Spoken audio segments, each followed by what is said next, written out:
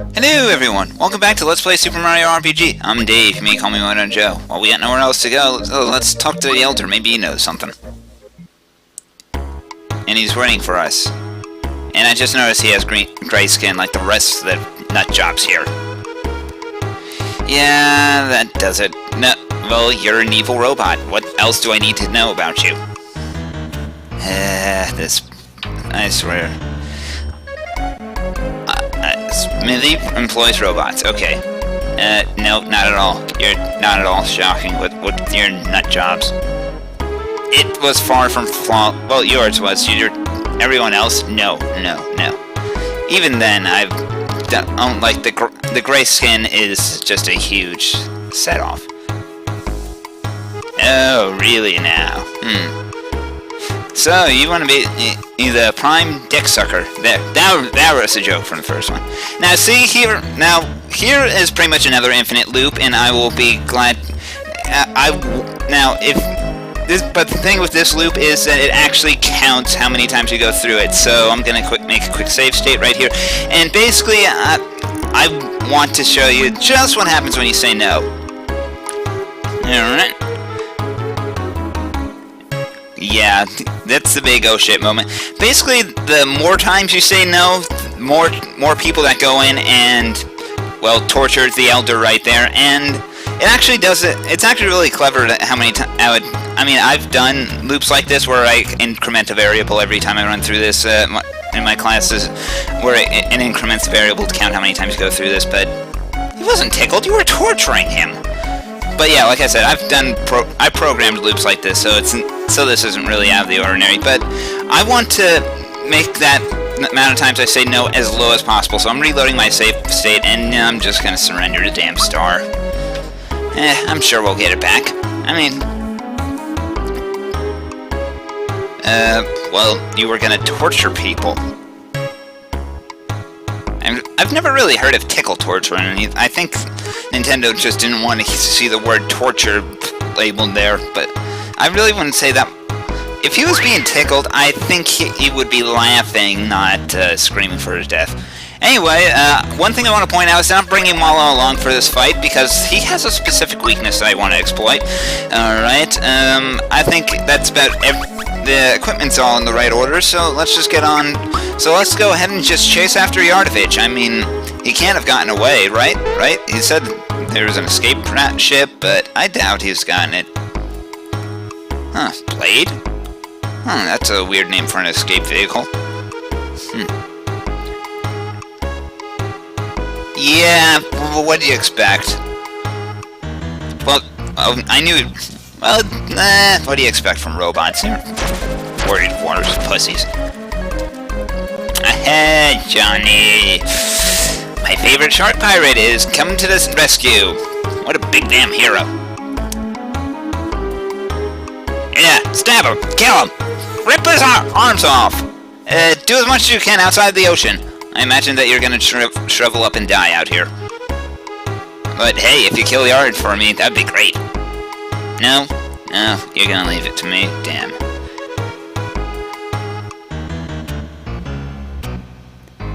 How bad could it be? I mean, what kind of monster could we get out of this? I mean, some weapon, whatever, unless it's a gun. Whoa! Alrighty then, it's boss time against Yardovich. Yardovich. I'm sorry, mispronounced that. But overall, there's one thing you gotta be aware of with this bastard, is that he has some, well, actually, it's not, well, it won't be a problem if you actually bother to fight as many enemies as you can, most of the enemies along the way, but for me, I was horribly underleveled. Look at the physical attack damage I'm dealing here. However, he has a weakness to electricity, and thankfully Malo has just picked up Shocker, which is basically a very strong, which is basically like Thunderbolt, but hits only one target, but much strong, but for much more damage. So let's Shocker the bastard right now. And obviously, without the sound, I cannot do a time hit for the life of me. The time hit for that one's all in the sound. But yeah, thankfully I'm leveled up just enough that I can survive his water blast, because otherwise there'd be some major problems. He loves to spam that water blast, ladies and gentlemen. He also has a couple other magic attacks, but mostly it's the water blast that you gotta watch out for. So it looks like I'll probably be group hugging every turn. Not that there's anything wrong with that. Who doesn't love a hug? Sadly, I'm not a very big guy, so not too much to hug here. Oh well.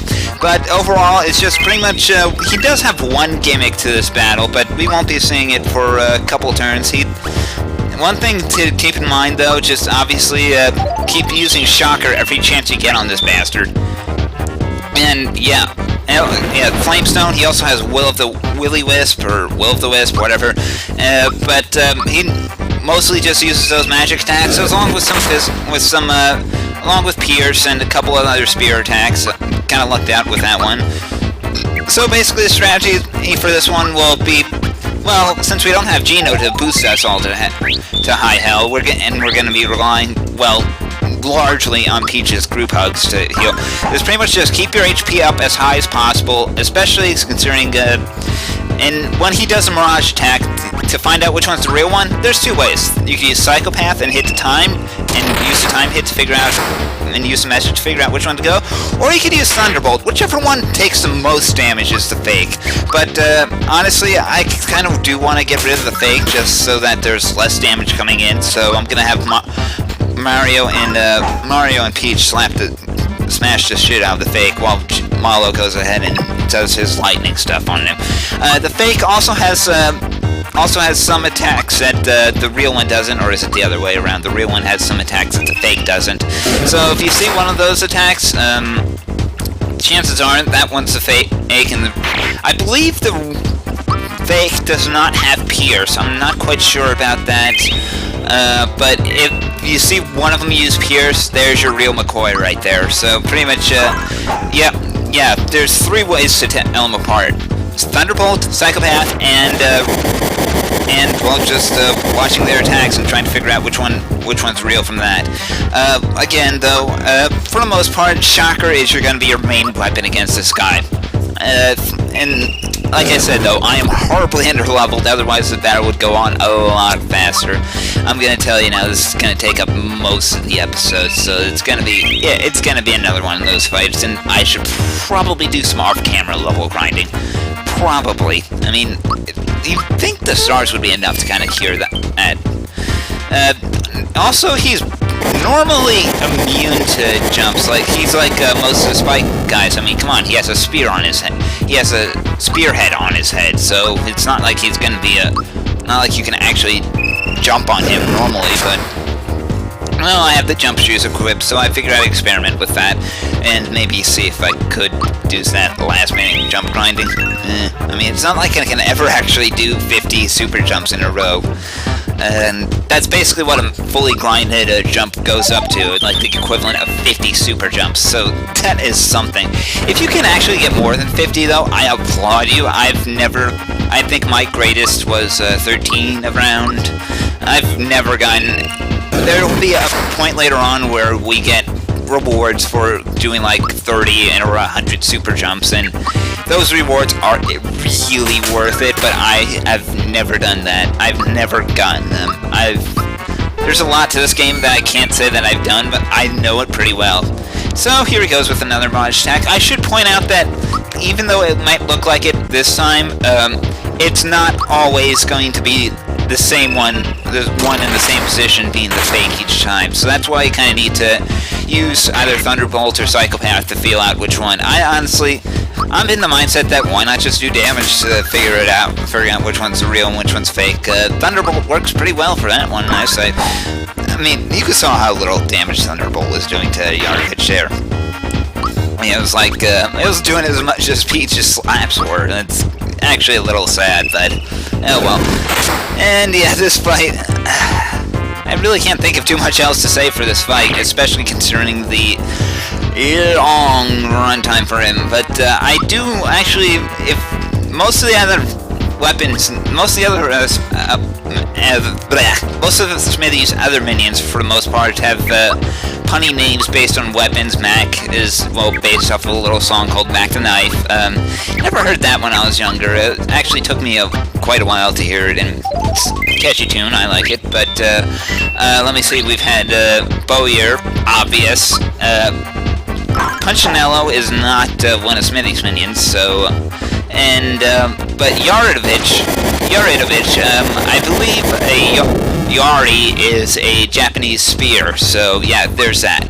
Of course, it's a pun that's probably lost in translation, just like, one that we will see later on, a little bit later on, when we fight, well, when we have a rematch with a certain someone who has no connections to Smithy. How many bosses have there been with that? I think I cannot spell it out any further, and I cannot babble on any longer, because, boy, oh boy. I think I almost got him, though. Yeah, see? He almost never uses Will-E-Wisp against me, though. Even though it's probably about as strong as most of his other magic spells. I'll tell you one thing, though. Good sign that you are horribly underleveled, but still somehow lucky enough to survive, is when the boss actually runs out of flower points mid-battle. That actually, I believe that's coming up very shortly. But it is quite a feat when you have. Yep, Monster's FP is gone. There we go. I have actually managed to make him has so much water blast and fire, and that he can no longer afford to cast any more spells. He's got nothing but Pierce, the Mirage attack, and his physical attacks now. He's got nothing on me now. Really, water blast is the main thing that we really had to worry about in this battle. So of course his Mirage, however, can still cast spells. So we're gonna have to go ahead and maybe take him out. Although, if I recall correctly, this is about the point where the real McCoy is about to take his dirt nap. So you know, maybe Peach could have contributed a little to the damage here. Well, whatever. But there we go. I think that's it. That's it. He's gone. Done for. Capiche. Adios, amigo. Adios, amigo. Finally, we got back our star. Whoo-wee. That was a tough one. No star jingle this time, ladies and gentlemen. Yes, he is. Oh, well, I think we'll be fine. We can handle whatever Smithy sends our way. But, ooh, a key. And a note. Well, let's see what's on that note really quick. Yeah, Yari had nothing on me. A giant axe flying across the sky? Oh, that sounds like, I don't know, why would there, we're not going to be fighting anything giant-sized. I mean, I don't know, maybe it's made of 5 smaller axes, like the Ords and Power Rangers? No, they'd never do that. But let's go ahead and rescue the townspeople in that locked house. Yeah, no problem. It's the least I could do. Yeah, take care, man. You sound like quite the hippie. Don't go smashing yourself on shrooms. Oh, wait. You are a shroom. Well, and then, abstain from sex? I don't know. Yeah, no. Yeah, it was nothing. Yeah, sure. I mean, it was the best I could do. And we get a flower box for that. If you had let him get tortured, it would probably get downgraded to either a flower jar or a flower tab, depending on how many times you do it. But I'm going to wrap it up here. So until next time, ladies and gentlemen, I'm Dave. Remember, torture is bad. Take care.